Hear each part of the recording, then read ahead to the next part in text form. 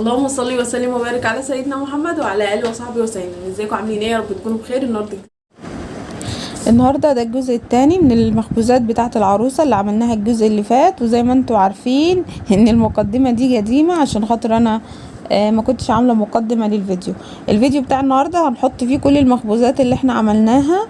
الفيديو اللي فات كان فيه كحك وغريبه، الفيديو ده كل المخبوزات اللي انا عملتها لها ما شاء الله كلها هجمعها في الفيديو ده عشان خاطر ندخل بسرعه على الفيديو اللي بعده وهو العشاء بتاع العروسه. ربنا يهنيها ويسعدها يا رب. عايزه افكركم ان الفرح ده كان من شهر 9.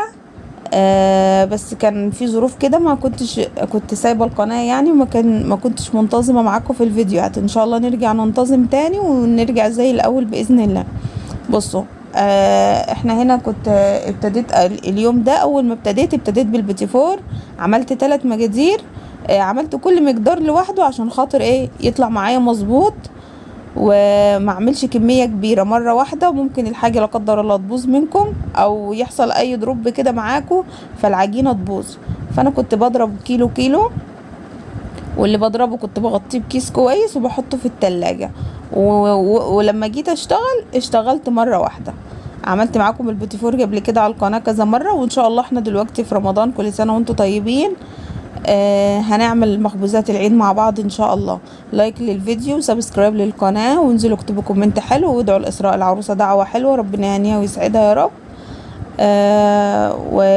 وقولوا لي انتوا عايزين ايه من المواصفات دي نعمله مع بعض في رمضان، ونعملها بالتفصيل يعني.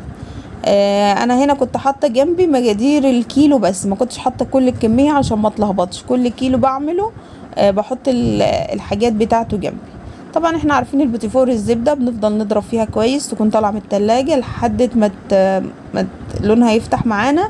وممكن تعمله بالسمنه عادي، على فكره بيكون خطير بالسمنه. حطيت السكر البودره وفضلت اضرب فيه لغايه ما السكر اختفى خالص، وادانا فوم كده زي الكريم شانتيه يعني، زي ما انتوا شايفين كده. هبتدي احط البيض، هنزل بالبيض بيضه بضرب واحده واحده كده في الطبق، عشان لو في بيضه لا قدر الله بايظه او اي حاجه ما نبوظش الخليط. انا هنا حطيت الصفار بس، عايزين تحطوا البيضه كامله حطوها، بس انا بحب احط الصفار بس. حطينا 4 بيضات، وهحط الفانيليا ونضربهم بقى لغايه ما البيض يختفي جامد. بعد ما نحط البيض مش بنضرب كتير، بس يا دوب كده البيض يختفي ويتجانس مع الخليط.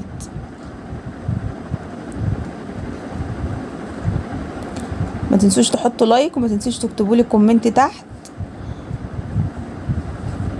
وان شاء الله هنعمل الحاجات دي برضو تاني في رمضان بالتفصيل. الفيديو اللي جاي ان شاء الله هيكون العشاء بتاع العروسه باذن الله، هنزله لكم بالتفصيل. كنا عاملين عشاء حلو جدا.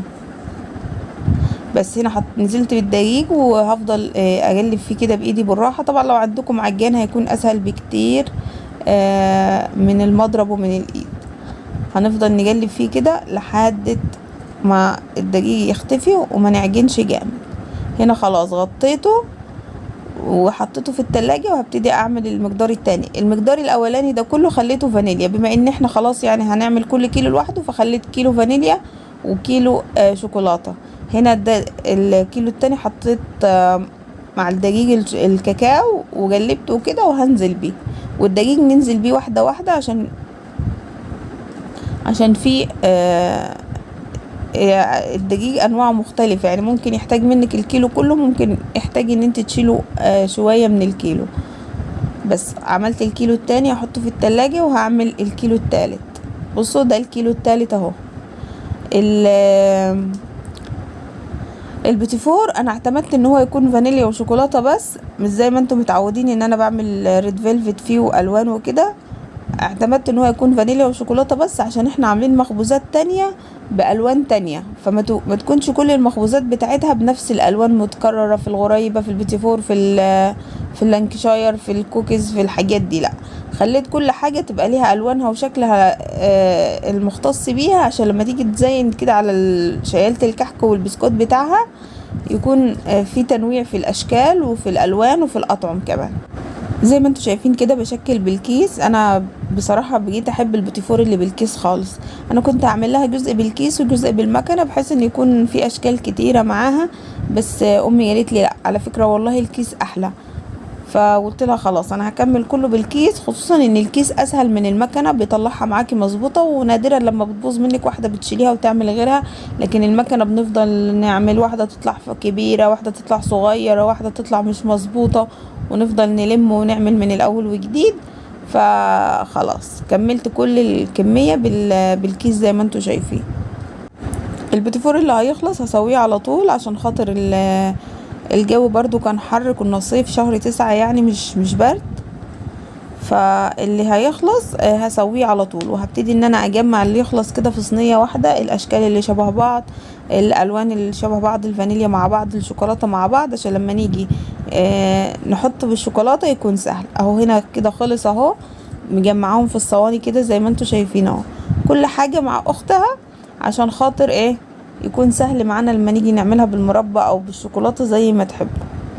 دي كده كمية عملناها ب3 كيلو، 3 مجازير. هنا اهو بنفك المربى، طبعا تعملوها باي مربى انتوا بتحبوها، بس انا بصراحة بجد بحب المشمش عشان في مزازة كده مع البيتيفور بيكون طعمه تحفة. فانتوا تقدروا تجيبوا مشمش، تين، فراولة، اهم حاجة بس تكون كريمي. هنلزق بقى البيتيفور وخلاص كده هنسيبه على جنب، بس هو لسه مخلصش، لسه هنعمل حاجات تانية، بس كانت عايزة روجان ومش عايزة عيال، فخليتها اخر الليل. هنا دخلنا على الوصفة التانية. بصراحة انا مش فاكرة هي هفتكر معاكم يعني، من شهر 9 يا جماعة، فاعذروني. بصوا هي تقريبا كده هتكون بسكوت القهوة. انا ما عملتوش معاكم قبل كده على القناة، بس انا عملته كتير يعني، بس ما صورتوش في القناة. ان شاء الله هنعمله مع بعض في رمضان بالتفصيل، وهو سهل جدا ومكوناته سهلة جدا وطريقته سهلة خالص. عايزه اقول لكم ان احنا ما شاء الله عملنا لها حاجات كتير. انا زي ما قلت لكم في الفيديو اللي فات، بس ممكن حد يكون ما شافش الفيديو اللي فات يعني. ما شاء الله احنا عملنا لها مخبوزات كتير اكتر ما هي كانت متوقعة. يعني احنا كنا مدفوعين على كحك وبوتيفور وغريبة، يعني احنا هنعمل 3 دول بس. انا عملت لها حاجات زيادة. ما شاء الله يعني طلعت كلها حلوة وفرحت بيها ما شاء الله، وكل حاجة طلعت مظبوطة، ومفيش حاجة فشلت، ومفيش حاجة ما طلعتش مش تمام، ومفيش حاجة مش عارفة كل حاجة طلعت حلوة. فهي ما شاء الله البنت دي قلبها ابيض كده، وحاجتها كلها ما شاء الله كانت ميسرة. ربنا يهنيها ويسعدها يا رب ان شاء الله. خلاص كده زي ما قلت لكم البسكوت بتاع القهوة اهو. خلاص اهو بنشكله بالطريقة دي، هو سهل على فكرة ومقاديره بسيطة. انا عملت مقدار واحد، بعد كده حسيت ان هو قليل شوية، رحت عملت واحد تاني ما صورتوش، فانا يعتبر عاملة 2 قهوة، واحد متصور وواحد لا. بس انا حبيت ان انا ازودها عشان طبعا هي كانت للعروسة، وفي حاجات حطينا لحمات العروسة، فبحيث ان هي تشوف كله. هنا خلاص كده دخلنا على الوصفة التانية اللي بعديها. يا ترى هتطلع ممكن تكون كوكيز او اللانكشاير، هنشوف مع بعض.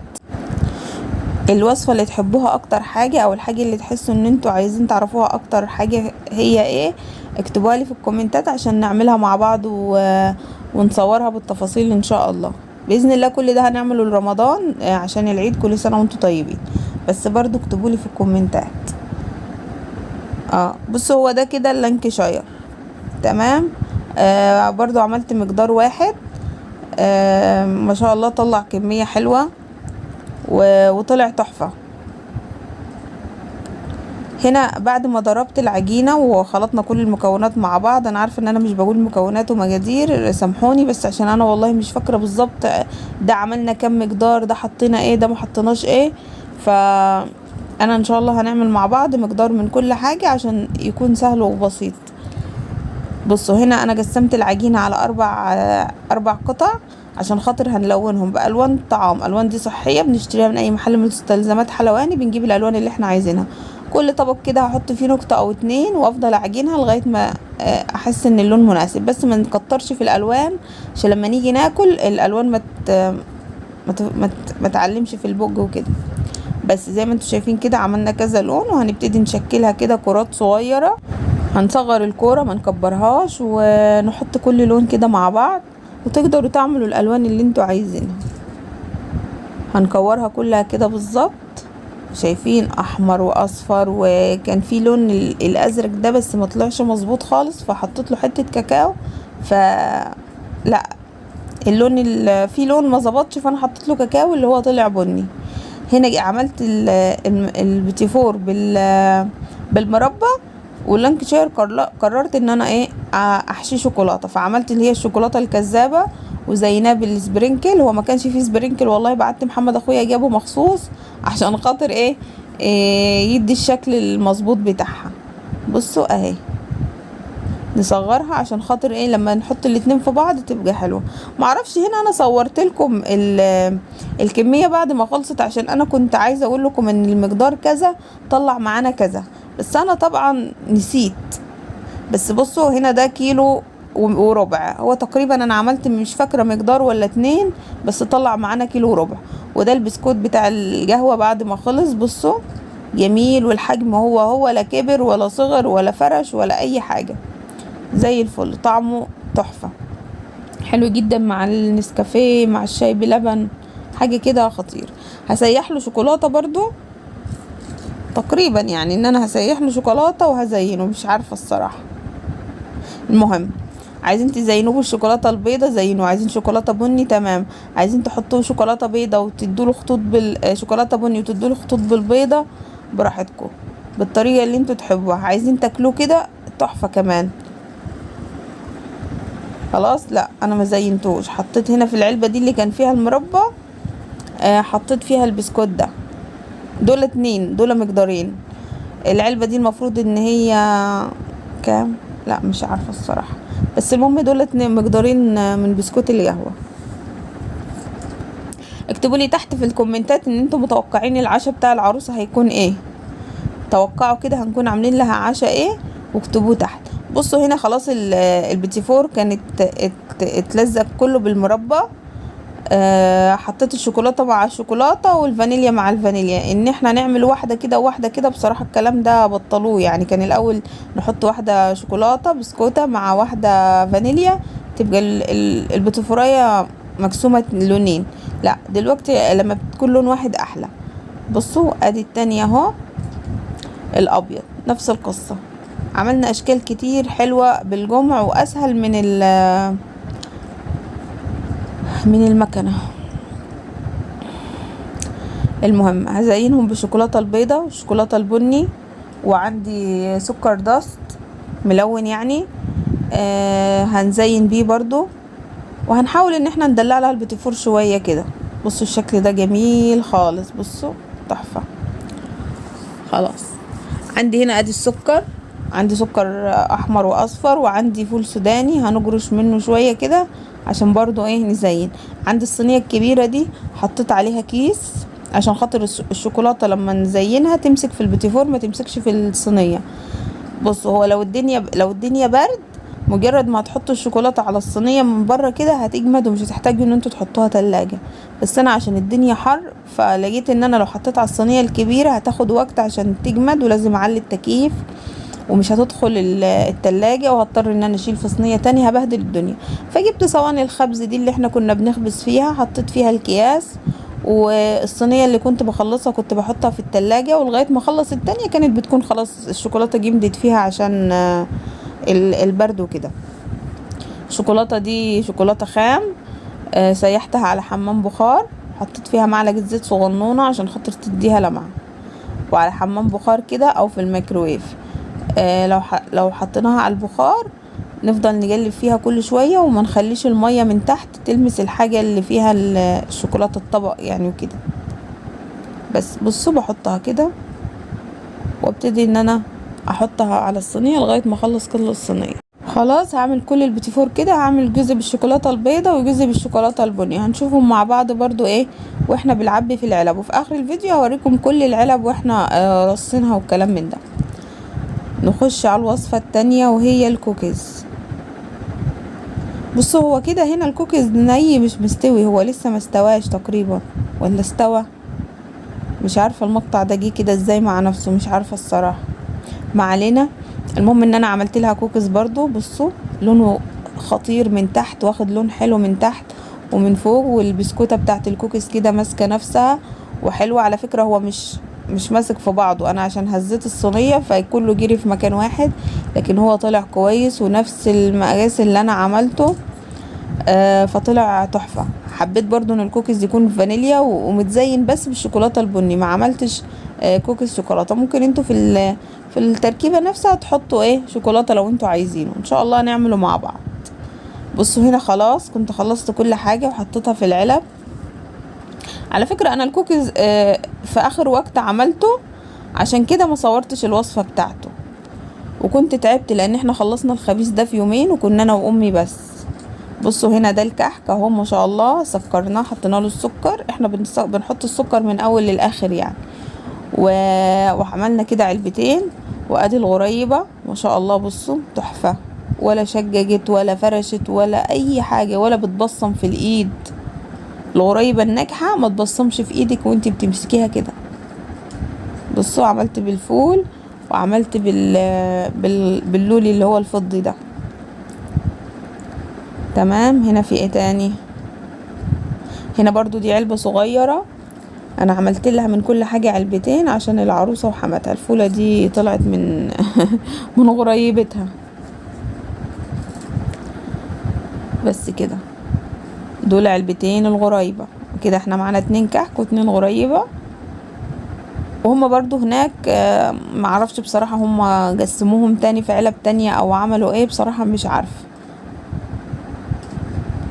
بس ده اللانكشاير برضو بصوا ما شاء الله، بصوا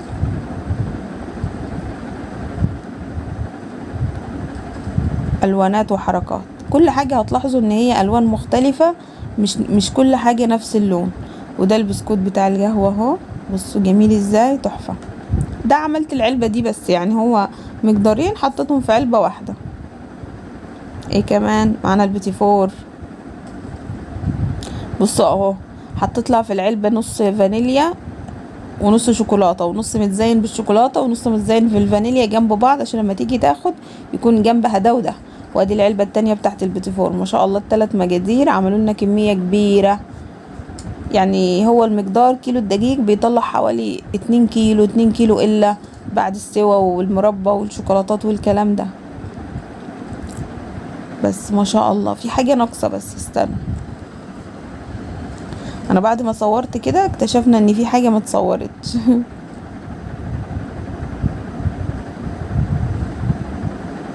كان بودي والله يا اسراء انزلك الفيديو في ميعاد ونبارك لك ونبهدل لك الدنيا زغاريد، بس معذره يعني التاخير من عندي.